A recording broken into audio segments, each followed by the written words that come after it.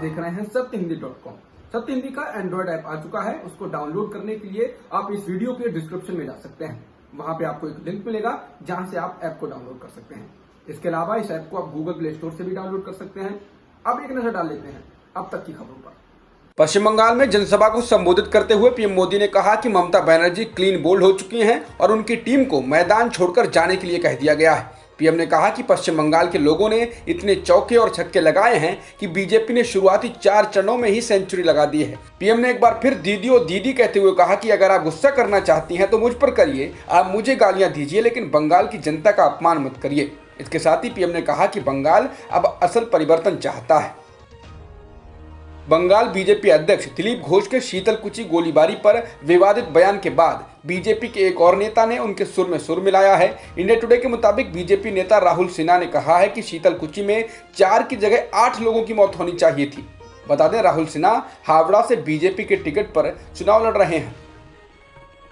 केंद्रीय reserve police बल यानी सीआरपीएफ के महानिदेशक कुलदीप सिंह ने मुख्यमंत्री ममता बनर्जी द्वारा लगाए गए आरोपों को खारिज करते हुए कहा है कि केंद्रीय बल केवल चुनाव आयोग के निर्देश पर काम कर रहे हैं। सीआरपीएफ डीजी ने कहा कि मुझे राजनीतिक दलों के बारे में नहीं पता, लेकिन केंद्रीय सुरक्षा बल चुनाव आयोग के निर्देश पर ही काम कर रहे हैं और इसकी मैं गारंटी दे सकता हूँ। बता दें, शीतलकुची में केंद्रीय सुरक्षा बलों की गोलीबारी में 4 लोगों की मौत के बाद ममता बनर्जी ने आरोप लगाया था कि केंद्रीय सुरक्षा बल केंद्रीय गृह मंत्री अमित शाह के आदेश पर काम कर रहे हैं।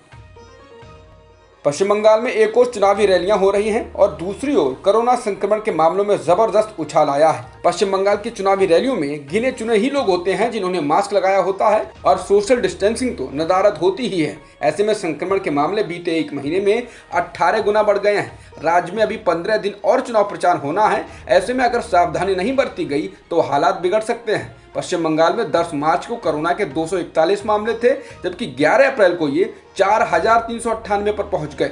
राज्य में अब तक 10,400 लोगों की मौत भी हो चुकी है। कोरोना संक्रमण के रिकॉर्ड मामलों के बीच लोगों की जबरदस्त लापरवाही भी दिख रही है। हरिद्वार के कुंभ मेले में 12 से 14 अप्रैल तक शाही स्नान चल रहा है और इसमें लाखों लोगों की भीड़ जुटी है। मेले के जो वीडियो सामने आए हैं उसमें साफ देखा जा सकता है कि सोशल डिस्टेंसिंग शून्य है।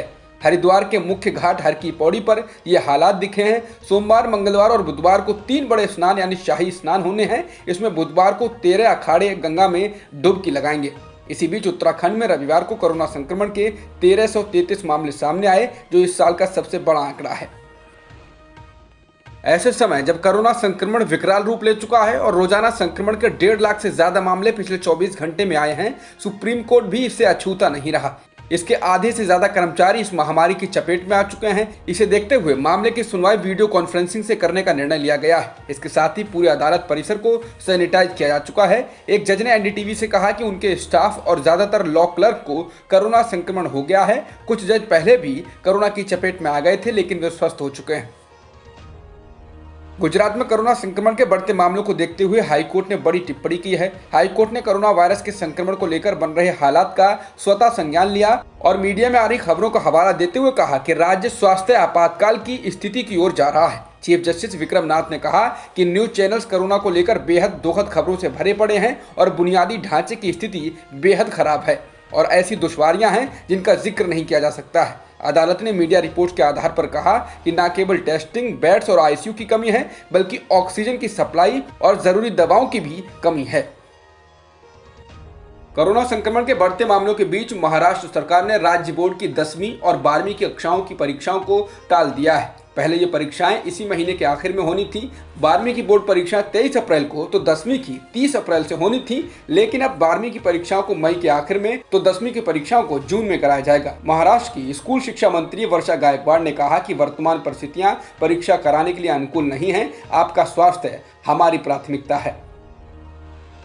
कोरोना संक्रमण में बेतहाशा तेजी, कोरोना वैक्सीन की कमी की खबरों और 2 वैक्सीन पर निर्भरता की नीति के लिए आलोचनाओं के बीच अब देश में तीसरी वैक्सीन जल्द उपलब्ध हो सकती है।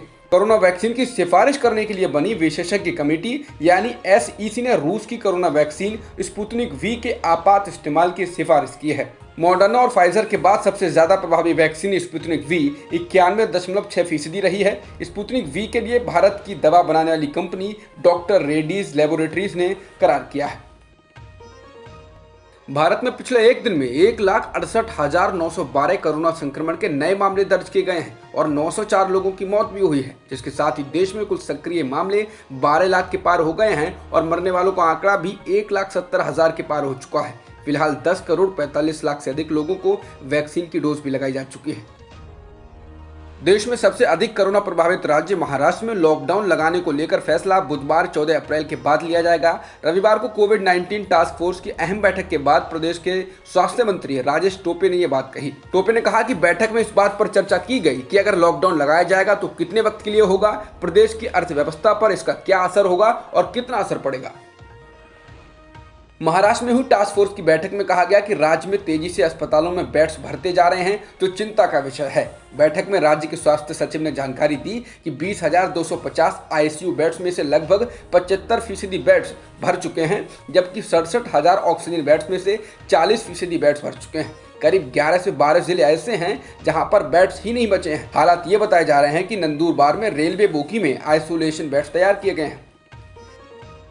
सुप्रीम कोर्ट ने आज उस याचिका को खारिज कर दिया जिसमें कुरान की आयतों को हटाने की मांग की गई थी। कोर्ट ने याचिका को खारिज करने के साथ ही याचिकाकर्ता पर 50,000 रुपए का जुर्माना भी लगाया है। ये याचिका शिया वक्फ बोर्ड के पूर्व चेयरमैन वसीम रिजवी ने दाखिल की थी। इसमें कहा गया था कि कुरान में कुछ आयतें हिंसा को बढ़ावा देती हैं, जिनको पढ़ाकर छात्रों को मिसगाइड किया जाता है। यही आयतें पढ़ाकर और समझाकर अंतर्राष्ट्रीय स्तर पर आतंकवादी तैयार किए जाते हैं। इस पर सुप्रीम कोर्ट ने कहा कि यह निराधार याचिका है और याचिका को खारिज कर दिया। इसके साथ ही 50,000 रुपए का जुर्माना भी लगा दिया। अब तक की खबरों में इतना ही। बाकी खबरों के लिए बने रहिए सत्यहिंदी.com के साथ।